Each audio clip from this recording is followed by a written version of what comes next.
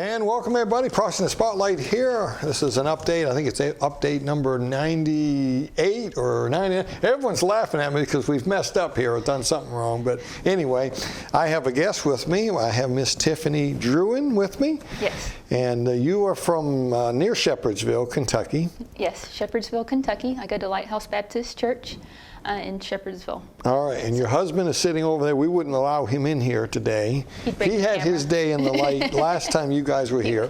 You guys are techie people. Your husband and you came several weeks ago and was a big help to us. In fact, we had your husband, he sat right there, and we let him, we introduced him to our audience, and you guys came back again and are helping us some more with these new equipment that we've got, and a big help to my wife back there with that OBS program. And I know nothing about this stuff, and boy, things are changing every week. Every time we come in here, things are different because of the help that you guys have given us. I know you spent some time on the phone with my wife this week and helped her with some more of this. So, but we wanted to bring you in because you're not just a techie person and you're not just doing the some of this behind the scenes stuff. You're also kind of a journalist, right? You do articles. So tell us a little bit about that. I do some journalism work. A missionary at our church, Spencer Smith, he has a channel on YouTube, and that's grown quite a lot. He has over 150,000 subscribers I'm very now. jealous. I know, right? But he has a lot of followers, and he's just grown. And one of the things that he's created recently is a news website for Christians.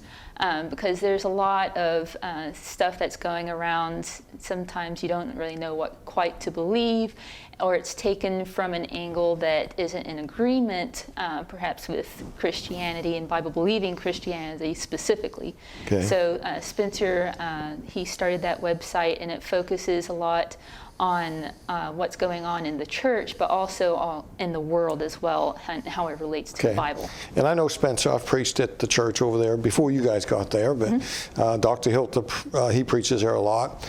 Good people. We're on their radio station 3 times a week over there, and that's exciting. And Brother Jordan's a good man. Yes, Pastor Jordan. I've never got to hear him preach because whenever I was there, I preached. But we did a meeting for him one time and got to go out and eat with him and his wife, and I think he's a tremendous guy. Yes. And Spencer Smith has been here as well. We did a show with him one time. He brought me a mug, a coffee mug. Oh. At the Flat Earth something or other. Flat Earth Society. Flat Earth Society. Flat Moon, sorry. Oh, the Flat Moon Society. It's a play on the Flat Earth. It's a play on the Flat Earth thing. The Flat Moon. He's great. This is great. He has a great sense of humor. And and boy, that's something that's humorous. The Flat Earth stuff. I like that picture that I saw on Facebook. It had all the planets. They're all round, but in the middle of the solar system was a flat Earth. And I said, yeah, that makes a lot of sense. So, so Spence has been here, and we'll have him back again sometime. And I know we're planning to do something with him here in the near future, I hope.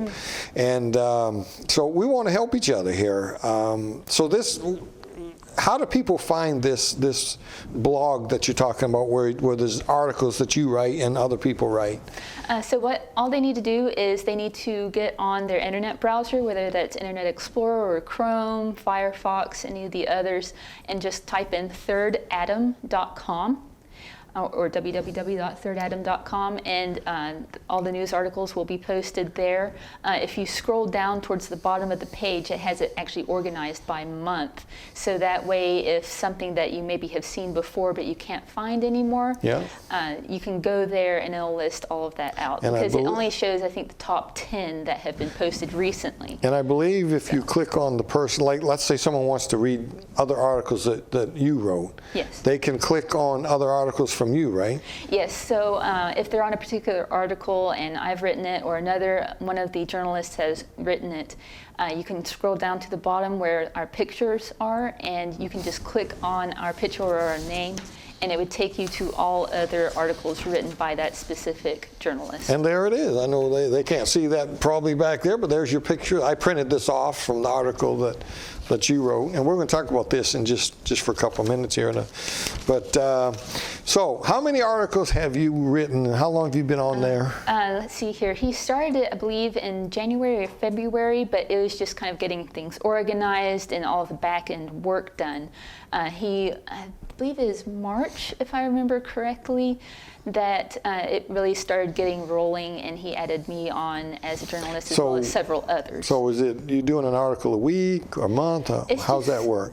Kind of whenever we come whenever. across something. It can be 5 times a day, 15 times a day, or it could be 1 time a week, just whenever we have the time, because we are unpaid. And we're just kind of doing this just because we want to help people and have them be informed what's going on in the world. Now, is there a way to get alerts? Like is there a way to get an alert that there's a new article? I don't think so. So a person just has to, you just have to go and check every now and then and see what's on there. Yes. All right. Well, what we've decided, and we talked to you already about this, we want to use you every now and then when you write an article that's something that's of interest to what we're doing here with prophecy. We want to use you kind of as a correspondent, and in fact, you're going to be in the show this week, the TV show this week. You're a little, I think, I haven't even heard it yet, because I was afraid I was making you nervous, so I left the room, because it's tough. I can sit here, I can do a half hour, I do it all the time. I don't even have to have notes, and I can sit here and do a show. Yeah. and not miss a beat. Yeah, it's helping to have someone to talk to. But when there's a 2.5, when I have to be 2 minutes, because we did some commercials for our new station we're bringing on, I had to do a minute one, a 30-second one, and a 10-second one. Oh, it was a disaster. And the 10-second one is the worst one of all of them. Oh, Hilt didn't get to say anything. I did. He was sitting, and I introduced our show. 10 seconds is gone. Yeah. And but we got him done. But it was hard compared to the half-hour show. Yeah. And of course, we don't have a teleprompter here, and I don't want a teleprompter, but it sure would have helped for that. Because you can't do a commercial and our program is on every Monday at you can't do a commercial like that, and so that's why they use teleprompter. You're actually looking at the camera, but you're reading the teleprompter, and we don't have that, and so those are tough. And I know your 2.5 minute thing was a little tough, so I left the room, and I'll hear it when it comes on TV. So. And YouTube as well. So we've asked you to be kind of a journalist correspondent that we'll use. Every now and then we'll contact you and we'll have you do a 2-minute thing or something to share an article, and we'll put it in our show. And we may or may not talk about that during the show, but I think it adds some variety to what we're doing here, and because I have guests every now and then, but not very often. It's usually Dr. Hiltebittle. So it's nice to have some variety, have some other voices come in sometimes. So with that being said, you wrote this article, and this is what caught my attention, and I contacted you guys and said, hey, and so let's, you talked about this for like 2.5 minutes in our show, but this is a pretty big deal right here. Yes. This is about the Biden administration is giving the World Health Organization sovereignty over our system, our health. Yeah. As of they're beginning a meeting on May the 22nd, and which by the time you folks hear this, that's probably already here. Yeah. I think it lasts a week or 8 days. Yes, it ends on Saturday the 28th. Okay, so our show airs on the 27th. That meeting ends the 28th. They'll have probably maybe have already voted by then. I don't know all the details. So what can you tell us about this World Health Organization meeting? Tell them out there what's going on. So what is happening is actually in January, the Biden administration, they took an agreement with the UN that has already been in place. It's already been voted on in Congress. And they're looking to amend it. which is significant because if they had created a new agreement with the UN, it would have to be put through Congress and everything, all the whole legal system. So they're adding an amendment to something that's already there. Correct. That's the little loophole. Therefore, it doesn't have to be voted on. It can just be approved and it's put in place. And what's the danger? So, what power is this going to give them? This is going to give the WHO basically sovereignty over the health systems of the United States. So if there is another health crisis, the UN would have the authority to declare that it is a health crisis, and one of the amendments actually removes the requirement that they have to analyze data in order to be able to declare a crisis. So they can just say, oh, we think this is going on, and declare a crisis, and have complete control over whether the United States closes down, what parts stay open, what happens in terms of medical procedures that need to be taken place. Now, you said if another crisis comes. You don't really mean if. There is another one coming. Yeah. And we see that in China. China has a city that's been on lockdown for weeks, I think. People are starving to death. That's because of some sort of a health organization that's mandating that. Yes. Couldn't that happen here with this? Yes. With China the WHO? has a zero tolerance policy, and that could very easily, with the WHO, be implemented in the United States as well. What if it goes a little further and they determine that Bible-believing Christians are causing health problems for people in the neighborhoods?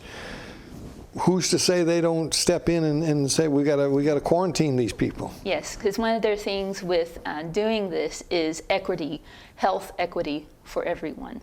So they're trying to put that spin on there. So if you do not approve of their measures and actually stand your ground for that, then they can accuse you of endangering others. And now, there's certain things we can't say on here, but what if they determine everybody in America has to? Right. Yeah. Yeah. Yeah. It's coming. It's coming. They have actually just not too long ago, they have ordered 13 million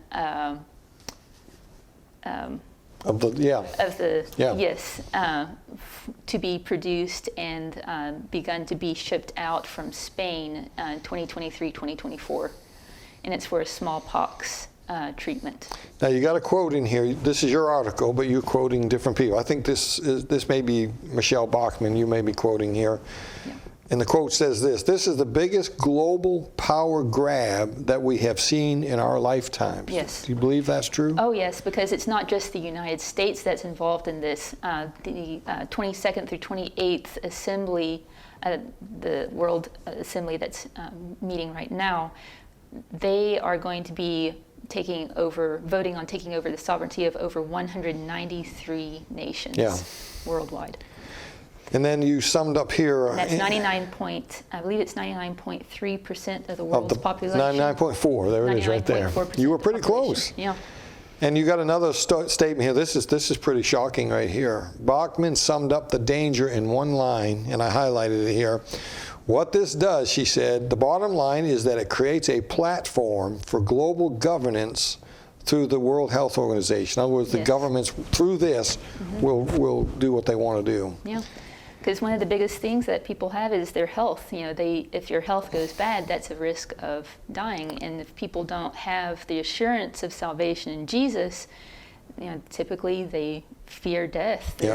And so that's one of the best ways to get them to be afraid and therefore easily controlled. In the show that we did that's coming up in the next YouTube here, and it airs on the 27th on television, Doc was sitting there, and I said, Doc, nobody guessed in the entire prophecy world, nobody guessed that they would use the pandemic thing to bring about the one world system, and here it is. Yeah, but you can see the mark of the beast in this whole thing. It's all right there. Yeah. It's proven God's word. Well, Miss Tiffany, thank you for doing this for us. This is great. I think people are going to enjoy getting some information this way, and you won't always be here sitting there. You'll usually be at home doing a clip for us and send it to us. But I wanted the folks to get to meet you since you were here in the studio anyway. I thought it'd be nice to do some stuff right here. So All right. Well, God bless you, Miss Tiffany. We'll be using you some more here. So, folks, there you have it. Don't miss the show coming up. We talk about all this and much more in the show coming up for television. All right. Well, on that note, keep your eyes on them skies.